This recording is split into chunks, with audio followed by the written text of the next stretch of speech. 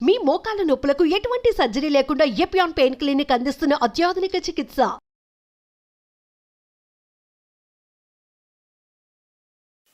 నా ప్రసంగాలు వింటూ చాలా కామెంట్స్ రాస్తూ ఉంటారు. ఒకచోట ఒక అబ్బాయి నాకు జస్ట్ 23 year old అబ్బాయి ఒక చిన్న క్లిప్ పెట్టాడు నా నెంబర్కి. బెంగళూరులో 23 year old బాయ్స్ 2.5 లక్షల రూపాయలు అదేదో మోటార్ సైకిల్ కొనుక్కున్నారట. బుర్రని తిరుగుతున్నారు. సార్ చెప్పినట్టు హెల్మెట్ పెట్టుకోకుండా యాక్సిడెంట్ పాలయ్యారు. ఇద్దరికి తల క్రియేట్ అయింది.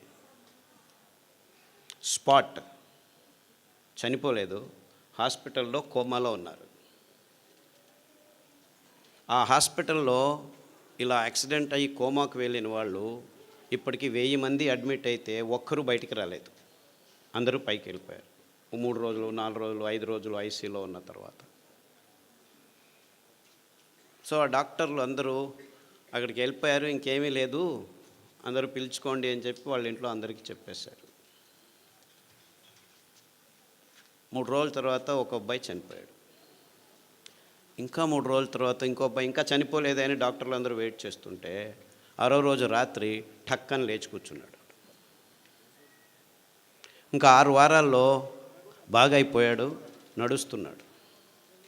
సో ఈ డాక్టర్లందరికీ అనుమానం వచ్చింది, ఏం జరిగింది, ఇంతమంది చనిపోయారు సార్ మీకు చెప్తారు. ఆయన చెప్పాడు కదా, ఆరోగ్యం ఉన్నా యాక్సిడెంట్లో చనిపోతారు మీరు, జాగ్రత్త అని. ఇది జరిగిన విషయం. ఎలా బయటపడ్డాడు వీడు, 1000 మంది చనిపోయారు, ఇంత కోమాలో ఉన్నవాడు మళ్ళీ వెనక్కి వచ్చాడని వాళ్ళు అదే పనిగా పని కట్టుకొని ఎంక్వైరీ చేశారు. వాళ్ళ ఇంటికి వెళ్ళారు. వాళ్ళ అమ్మ నాన్నని అడిగితే, మా అబ్బాయి యూట్యూబ్లో డాక్టర్ ఖాదర్ ప్రసంగాలు విని గత 2 సంవత్సరాలుగా సిరిధాన్యాలను మాత్రమే భోంచేస్తున్నాడు.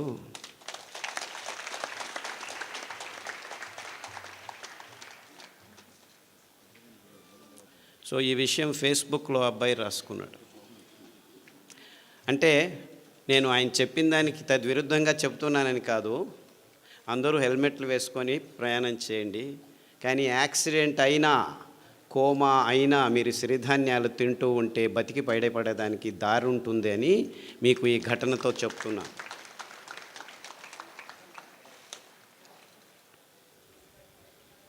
నేను గుంటకల్లోనే చదివాను. చేంతాడు చేతిలో వేసుకొని 6 కిలోమీటర్లు దూరం వెళ్ళి, ఆ చేంతాడు ఒకే బావి ఉండేది, నీళ్ళ బావి, ఆ దర్గా దగ్గర అటువైపుకి వెళ్ళేవాళ్ళం మేము. 6 కిలోమీటర్లు నడిచి పొద్దున్నే 5 గంటలకు లేచి, నేను మా అక్క బుచ్చక్క అనే పేరు ఇద్దరం 6 కిలోమీటర్లు నడిస్తే వెళ్తే చేంతాడు. నేను చిన్న పిల్లోడిని, ఇంతలాగా ఉండేవాడిని, చాలా వెరీ స్మాల్ షార్ట్ ఫెలో, ఇప్పటికూ పొట్టివాడిని. ఆ చేంతాడు ఎత్తుకొని పోయేదానికే 6 కిలోమీటర్ పోయేవాడికి కింద పడిపోయేవాళ్ళం. ఆ చేంతాడు ఎంత బరువు ఉండేది, ఎందుకంటే చేంతాడు 10 అడుగులు 15 అడుగులు కాదు, 30 అడుగులు పోవాలా లోపలికి నీళ్ళు రైలు అంటే.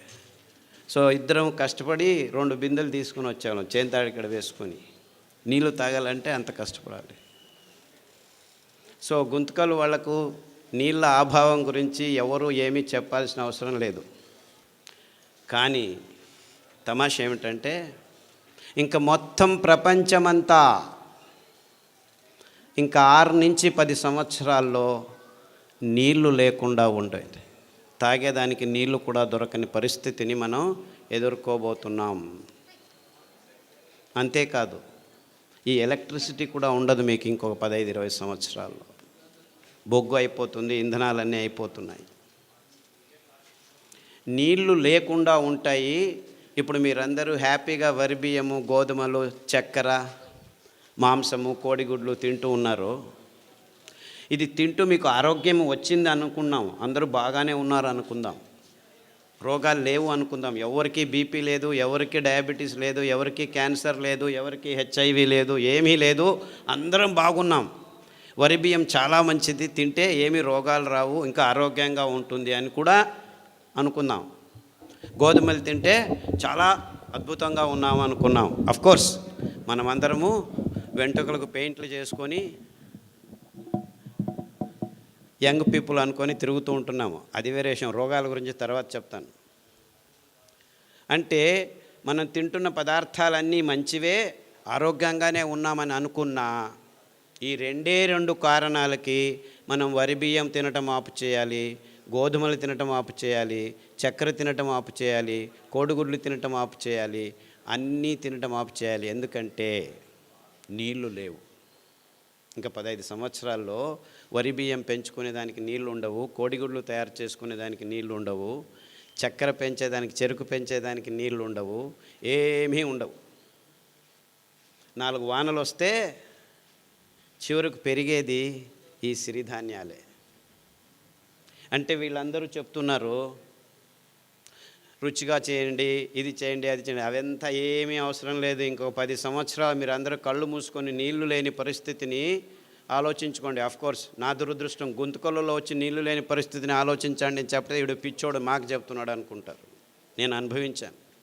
కానీ ప్రపంచమంతా ఇదే స్థితికి రాబోతుంది ఇంకో 10-15 సంవత్సరాల్లో. ఈ డ్యాములు కట్టినారు, ఏమీ లాభం లేదు. డ్యాముల్లో నీళ్లు ఉంటాయి కదా మీరు ఎత్తిపోసేది. ఆ నీళ్లు లేని పరిస్థితుల్లో మొత్తం ప్రపంచమంతా హాహాకారాలతో, ఆకలి మంటలతో భయానక స్థితిని ఒక్కసారి కళ్ళు మూసుకొని ఊహించండి. ఆ స్థితి నుంచి దూరం కావాలంటే మనం 20 సంవత్సరాల ముందే ఎంత మంచివైనా, గోధుమలు మంచివే అని చెప్తున్నాను, చక్కెర మంచిదే అని చెప్తున్నాను, ఏమి రోగాలు రావట్లేదని చెప్తున్నాను, ఇదంతా ఇమాజినరీ కండిషను. అఫ్కోర్స్ ఇప్పుడు ఉన్నది అన్ని రోగాలే అనేది ఇంకొక 5 నిమిషాల్లో మాట్లాడతాను. కానీ సిరిధాన్యాల మహత్వము జస్ట్ మీ ఆరోగ్యానికి కోసం కాదు, మీ పిల్లల ఆరోగ్యం కోసం కాదు, ప్రకృతి కోసం కాదు. ప్రకృతిని మీరు రక్షించాల్సిన అవసరం లేదు. ఇవన్నీ కారణాలు కాదు, కానీ ఇవన్నీ ముఖ్యమైన నిజమైన ప్రాక్టికల్ కారణాల కోసం సిరిధాన్యాలను తినమండి అని చెప్తూ వస్తున్నాను ఇంతవరకు. కానీ ఇప్పటి నుంచి నేను ఇవన్నీ కారణాలే కాదు, ఇంకా 10-15 సంవత్సరాల్లో మొత్తం మానవ కులమంతా ఆకలితో హాహాకారాలు బొబ్బేలు పోతుంటే మిమ్మల్ని ఆ భయంకరమైన క్రైసిస్ నుంచి బయటకు పడాలంటే బయటపడేదానికి పనికి వచ్చేది సిరిధాన్యాలు మాత్రమే. ఆ ఒక్క కారణానికే, అంటే మానవ కులం ముందు రానున్న ఈ భయంకరమైన క్రైసిస్ నుంచి బయటపడాలంటే మొత్తం ప్రపంచమంతా పిల్లలు, పెద్దలు అందరూ, ఏ దారి లేదు, ఏ గతి లేదు, ఉండేది ఒకే దారి, అది సిరిధాన్యాలు తినే ఒకే ఒక్క దారి.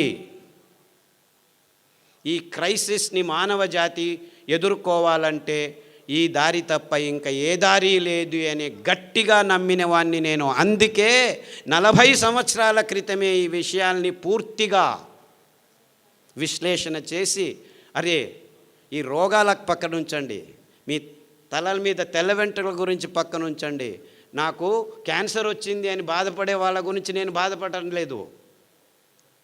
మొత్తం మానవ కులమే కాదు, ప్రపంచంలో ఉన్న జీవరాశి అంతా ఈ భయంకరమైన సన్నివేశాన్ని ఎదుర్కోబోతుంది ఇంకో 20-30 సంవత్సరాల్లో.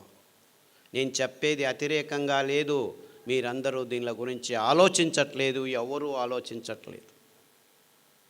అంటే ఎంత భయంకరమైన ఇక్కట్టును మనం ఎదుర్కోబోతున్నామని మన కళ్ళ ముందు మనం ఎవరు కూర్చొని ఆలోచించేదానికి రెడీ లేదు. ఎందుకంటే నా తలల మీద వెంట్రుకలు వెళ్ళిపోతున్నాయి, నా అబ్బాయికి 3 సంవత్సరాలు డయాబెటీస్ వచ్చింది, మా అమ్మాయి 180 కేజీలు ఉంది, నడవలేకపోతుంది, మా చిన్న పాపకు బ్లడ్ క్యాన్సర్ వచ్చింది, 3 సంవత్సరాలకు బ్లడ్ క్యాన్సర్, బోన్ క్యాన్సర్ వచ్చింది, లంగ్ క్యాన్సర్ వచ్చింది. ఇలా మనము 100కి 70 మంది బీపీ ట్యాబ్లెట్ తీసుకుంటున్నాము, 100కి 38 మందికి డయాబెటీస్ వచ్చింది, 100కి 36 మంది థైరాయిడ్ ట్యాబ్లెట్ తీసుకుంటున్నాము, 100కి 16 మందికి నిద్ర రావట్లేదని ట్యాబ్లెట్ తీసుకుంటున్నారు, 100కి 16 మంది నిద్ర ఎక్కువ వస్తుందని ట్యాబ్లెట్ తీసుకుంటున్నారు. ఇలా ఎన్నెన్నో కారణాలు ఉన్నాయి, ఎన్నెన్నో రోగాలు ఉన్నాయి. హెచ్ఐవి వచ్చింది, ఎస్ఎల్ఈ వచ్చింది, ఐఎస్ఆర్ వచ్చింది, ఐబిఎస్ వచ్చింది, ఇలా అక్రానిమ్స్ పెట్టుకొని 185 రోగాలను లిస్టు చేసుకుంటున్నాము. ఈ రోగాల పేర్లు వినాలంటేనే భయం అవుతుంది. రోగాలు వస్తే ఇంకెంత భయమో. అది ఇంతకుముందు డయాబెటీస్ 100కి 5 మందికి 10 మందికి వచ్చేది, 50 సంవత్సరాల పైన వచ్చేది. ఇప్పుడు 5 సంవత్సరాల లోపు పిల్లలకే 100కి 5 మందికి వచ్చేసింది. మీరు ఎంత దీన స్థితిలో అనారోగ్యంలో ఉన్నా 6 వారాల్లో మీ దేహం పుంజుకుంటుంది. ఇంకా ఒక ట్రిక్ ఉంది. ఈ ధాన్యాలు వేల సంవత్సరాలు ప్రతి దేశంలోనూ తిన్నారు ప్రజలు. మీరు అనుకున్నట్టు మన దేశంటి కాదు ఇవి, మన దేశంలోనూ ఉన్నాయి, వేరే దేశాల్లోనూ ఈ భోజనాలే చేస్తూనింది ప్రజలు. ఇటాలియన్ మిల్లెట్ అంటారు ఏదాన్ని, కొర్రల్ని. అండు కొర్రల్ని అమెరికన్ మిల్లెట్ అంటారు. ఆఫ్రికన్ మిల్లెట్ అంటారు లిటిల్ మిల్లెట్ని, అంటే సామెల్ని. ఊదుల్ని జర్మనీస్ మిల్లెట్టు, జాపనీస్ మిల్లెట్టు, రష్యన్ మిల్లెట్టు అంటారు. ఇన్ఫ్యాక్ట్ ఊదుల్లో చాలా రకాలు ఉన్నాయి, అన్నీ ఊదులే. రష్యన్ మిల్లెట్ వేరే, జర్మన్ మిల్లెట్ వేరే, జాపనీస్ మిల్లెట్ వేరే, అన్నీ ఊదులే. బోర్నియాడ్ మిల్లెట్ అంటారు. అరికలు కోడో మిల్లెట్ అంటారు. హిమాలయ కొండ చర్యల్లో యథేచ్ఛగా ఇప్పటికీ పెరుగుతున్నాయి. అంటే అక్కడి నుంచి ఇక్కడికి వచ్చాయి కాదు, అక్కడ ఉన్నాయి, ఇక్కడ ఉన్నాయి, వేల సంవత్సరాల క్రితమే ఉన్నాయి. ఎందుకంటే దీనికి ఆర్కియలాజికల్ ఎవిడెన్సెస్ మొన్ననే దొరికాయి. ఈ C4 ఫుడ్స్ అంటారు దీన్ని. ఈ కొన్ని వేల కడాబా అనే ఒక ఆఫ్రికా దేశంలోనూ అక్కడి నుంచి ఆర్కియలాజికల్ వేల 15,000 సంవత్సరాల క్రితం వాళ్ళ ఆ పండ్ల చిగుళ్ళను గమనిస్తే C4 ఫుడ్స్, అరికలు, కొర్రలు, అండు కొర్రలు కనిపించాయి. అర్థమవుతుందా నేను చెప్పేది? అంటే ఈ తజ్ఞులు ఆ దేశం నుంచి మన దేశానికి వచ్చింది, ఈ దేశం నుంచి ఆ దేశానికి లేదు. మనకు ముందు సంపర్కం ఉండేది కాదు. ఖండాంతరాల్లో అంతెందుకు గుంతకలు వాళ్లకు వింధ్య పర్వతాల వెనపకాయ ఉండేది తెలియదు ముందు. అంటే ఎక్కడి వాళ్ళు అక్కడ ఉండేవాళ్ళు.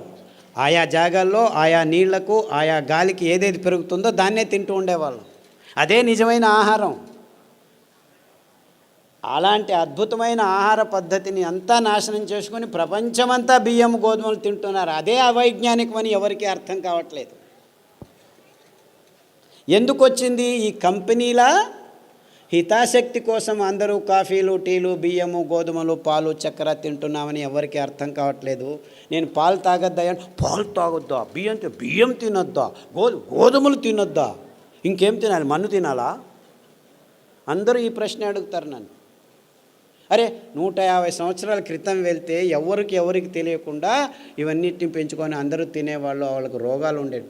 ఈ ఒక్క విశ్లేషణతోనే నేను ఈ ధాన్యాల్ని వెతకడం మొదలుపెట్టాను. 30 సంవత్సరాల క్రితం అమెరికా వదిలిపెట్టి పల్లెల్లో తిరిగి ఈ విత్తనాలని తీసుకొచ్చి మా ఇంటి వెనక పెరట్లో కొద్దిగా పెంచి మళ్ళా రైతులకిచ్చి ఆ ధాన్యాన్ని నేనే కొనుక్కొని రోగులకిచ్చి బాగవటం. మొత్తం 8 సంవత్సరాలు నేను ఒక్క మాట మాట్లాడలేదు. నేను ఆలోచించింది కన్ఫర్మ్ కరెక్ట్ అని తెలిసిన తర్వాత పల్లెకు వెళ్ళి మాట్లాడడం మొదలుపెట్టాను. వేల మంది రోగులకు బాగా అయిన తర్వాత చెప్పడం మొదలుపెట్టాను. SLE, HIV, ఇప్పటికి ఎంతమంది HIV పేషెంట్లు. నేను మొన్న ఇక్కడి నుంచి బెంగళూరు నుంచి హిందూపూర్కి వస్తుంటే 4 పేషెంట్లు ఫోన్ చేశారు. సార్ మీరు చెప్పిన ఈత ఆకు కషాయము, బిల్వ ఆకు కషాయము, గరిక కషాయం తాగుతున్నాము, అరికెలు, సామెలు, గంజి తాగండి. గంజి గురించి చెప్పవే, చాలా వేల సంవత్సరాల క్రితము ఈ విసిరేది, దంపేది రాళ్ళు లేవు, అప్పుడు ఇంకా తెలియదు. ఆ కింద పడిన ధాన్యాన్ని ఎచ్చుకొని వచ్చి నీళ్ళలో నానబెట్టి వండుకొని గంజి తాగేవాళ్ళు. గంజి తాగేదానికి కూడా టైం ఉండేది కాదు.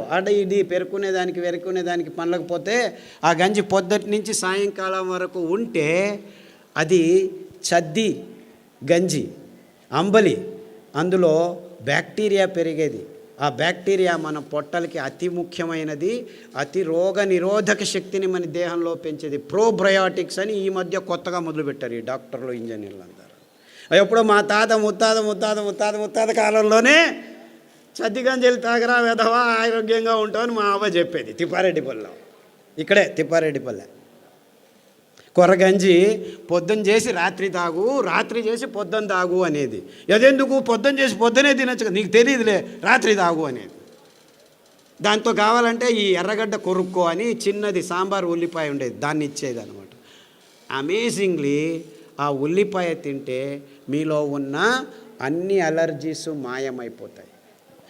గోరుకునేది సిట్రజిన్ వేసుకునేది, ఎప్పుడు చూడు ఎరుకుంటూ ఉంటే సిట్రజిన్ వారానికి ఒకటి పోయి 2 రోజులకు ఒకసారి అయిపోయి రోజుకు 2 సార్లు వేసుకున్నా కానీ ఆపితే చాలు గీరుకుంటూ ఉంటారు. ఆ అలర్జీస్ అన్నీ వారం రోజుల్లో మాయమైపోతాయి. మీరు అరికల గంజి, ఈ ఉల్లిపాయ రసం, 4 ఉల్లిపాయలు ఉడికించి ఆ రసం తాగితే చాలు 6 వారాల్లో మీకు ఈ అలర్జీస్, పొద్దున్న లేస్తే తుమ్మేది, చెవులో నొప్పి వచ్చేది, పాలు తాగేసి ఆపేసి ఈ కషాయాలు తాగండి. అంతెందుకు ఉచ్చలు, రాత్రి లేచిందే, పోసిందే, లేచింది పోసేది, ఇంత పోసేది వచ్చేది, ఇంత పోసేది రాదు బయటికి. ఇవన్నీ 6 వారాల్లో మాయమైపోతాయి. 6 వారాలు, ఎక్కువ అవసరం లేదు, 6 వీక్స్. అని డాక్టర్ల దగ్గర పోతే ప్రోస్టేట్ ఊతో వచ్చింది నాయన తీసేస్తాం రా అంటాడు. తీసేసిన తర్వాత మళ్ళీ అదే ప్రాబ్లం, ఇంకొకటి ఏదో కారణం, ఇంకేం కారణము, నరాలు దౌర్బల్యం ఉన్నాయి అక్కడ. మీరు ప్రోస్టేట్ తీసినా ఏమి తీసినా అదే రోగమే. సో తీయకముందే ఇట చేయండి, హ్యాపీగా ఆ ప్రోస్టేట్ సరిగ్గా అయి కూర్చుంటుంది, ఇంతలా ఉండేది సన్నగా అయి కూర్చుంటుంది. 6 వీక్స్. ఇలా చాలా రోగాలకి ప్రతిదినం సతమవుతున్నాను. నేను చెప్పేది క్యాన్సరు, హెచ్ఐవి గురించి ఆలోచించద్దండి. చాలామందికి ఇంకా రోగాలు రాలేదు, 120 మందికే వచ్చింది. ఇంకో 300 రోజుల్లో చాలామందికి వస్తాయి. కానీ వేరే వాళ్ళకు మైగ్రేన్ అండి, తలనొప్పి, ఇటువైపు వస్తుంది, వాంతికి వస్తుంది, మళ్ళా వస్తుంది. ముట్టయినప్పుడు ఆడపిల్లలందరూ కింద బడి ఎంత నొప్పులో, నో ప్రాబ్లం, ఒక ట్యాబ్లెట్ వేసుకో, ఎన్ని రోజులు వేసుకుంటూ ఉండు, కిడ్నీ లేచిపోయేంత వరకు వేసుకోవాలి. కిడ్నీలు లేచిపోతున్నాయి ఆడవాళ్ళకి, ముట్టు ప్రాబ్లమ్స్ కోసం పెయిన్ కిల్లర్స్ తీసుకొని, నో ప్రాబ్లం, డయాలిసిస్ యూనిట్ ఉంది, రండి. And this is science for you. ఈ డాక్టర్ల దగ్గర చుట్టూ తిరుగుతుంటే మీకు ఏం దొరుకుతాయి? ట్యాబ్లెట్లు, ఆపరేషన్లు, అంతకంటే ఎక్కువ ఏం దొరకదు. ఆరోగ్యం దొరకదు, ఆరోగ్యం ఆసుపత్రుల్లో లేదు. వద్దులేండి, చప్పట్లొద్దు, ఆలోచించండి, అంతే చాలు. ఇంకా ఎలక్షన్లు రాబోతున్నాయి, రాజకీయ నాయకులు వస్తారు, చప్పట్లు దాచిపెట్టుకోండి.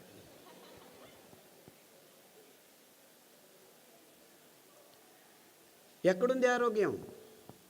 మన కొర్రల్లో ఉంది, మన కానుగ కషాయంలో ఉంది, మన పారిజాత పువ్వుల్లో ఉంది, మన రావి చెట్లల్లో ఉంది, మన కానుగ చెట్లల్లో ఉంది, అండు కొర్రల్లో ఉంది, ఊదుల్లో ఉంది. ఇంత అద్భుతమైన పదార్థాలు మీరేమైనా డబ్బు ఖర్చు పెట్టాలా? పేద రైతులు పెంచగలరు. దాన్ని అక్కడికక్కడే మీ ఇంట్లోనే రెడీ చేసుకునేదానికి బుచ్చి మెత్తడని మా అక్క నేను కలిపి కనిపెట్టాము. అందరూ హ్యాపీగా ఇంట్లో ఎవరైనా సరే రాత్రి నానబెట్టి పొద్దున ఎండబెట్టి అలా అంటే చాలు, బియ్యం రెడీ. ఇంకా అద్భుతం ఏం తెలుసా? ఈ ధాన్యాలు 7 సంవత్సరాలు నిల్వ ఉంచిన ఒక్క కెమికల్ లేకుండా, ఒక్క పురుగు రాకుండా ఉంచుకోవచ్చు ఈ 5 ధాన్యాలు. మీకు ఎప్పుడు కావాలో అప్పుడు బియ్యం రెడీ చేసుకోండి.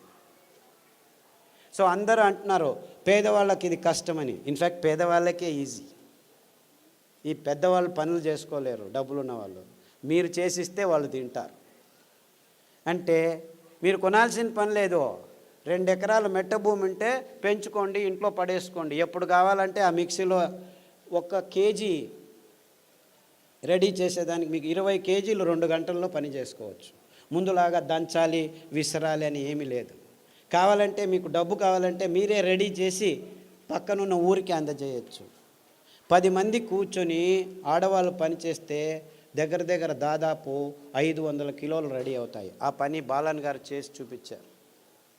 ఇక్కడ అనంతపూర్లో భానుజ అని ఇంకొక మహిళా సంఘం వాళ్ళు చేస్తున్నారు. అంటే పేదవాళ్ళకి ఇవి అతి చౌకగా, ఎవ్వరి హంగు లేకుండా, హంగామా లేకుండా పెంచుకొని ఇంట్లోనే తయారు చేసుకొని తినేంత వరకు మేము అన్ని రకాలుగా ఏర్పాటు చేశాము. మీరు చేసుకోవాలి అంతే. అంటే పేదవాళ్ళకి ఏమీ ఇబ్బంది లేదు.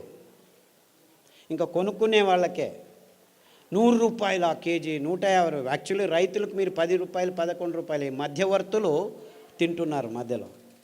అయినా కానీ 100 రూపాయలు ఇచ్చి కొన్న 1 కేజీ 10 మంది తినచ్చు మీరు. ఎందుకు? ఇందులో పీచు మధ్యలో ఉంది. నానబెడితే, రాత్రి నానబెట్టి పొద్దున వంట చేస్తే 1 కేజీ బాగా వికసించి అరలితే మీరు 10 మంది తినొచ్చు అనమాట. అదే బియ్యం అయితే, వరి బియ్యము కేజీకి 4 తిని ముగించేస్తాం అనమాట. అంటే 1 కేజీకి 4, ఇక్కడ 1 కేజీకి 10 మంది, ఇప్పుడు 30 రూపాయలు కేజీ అనుకో, 30 × 2.5 కేజీలు అంటే అది అంతే అయింది కదా. ఆ బియ్యం తిన్న తర్వాత మీరు ఎక్కడికి పోతున్నారు? ఆసుపత్రిలో చుట్టూ తిరుగుతున్నారు. ఈ బియ్యం తింటే మీరు రైతుల దగ్గరికి వెళ్ళచ్చు. అంటే నిజంగా మీరు ఎవరి చుట్టూ తిరగాలి? ఆరోగ్యం కావాలంటే ఎవరి దగ్గరికి వెళ్ళాలి మీరు? ఇన్ఫ్యాక్ట్ నిజంగా మనకు ఆరోగ్యం కావాలంటే ఆ రైతుల వైపు మన ముఖం చూపించాలి, వాళ్ళను గౌరవించాలి, వాళ్ళు పెంచే ధాన్యానికి విలువ ఇచ్చి భక్తితో తీసుకుంటే వాళ్ళు బాగుపడతారు, మనము బాగుపడతాం. అర్థమవుతుందా?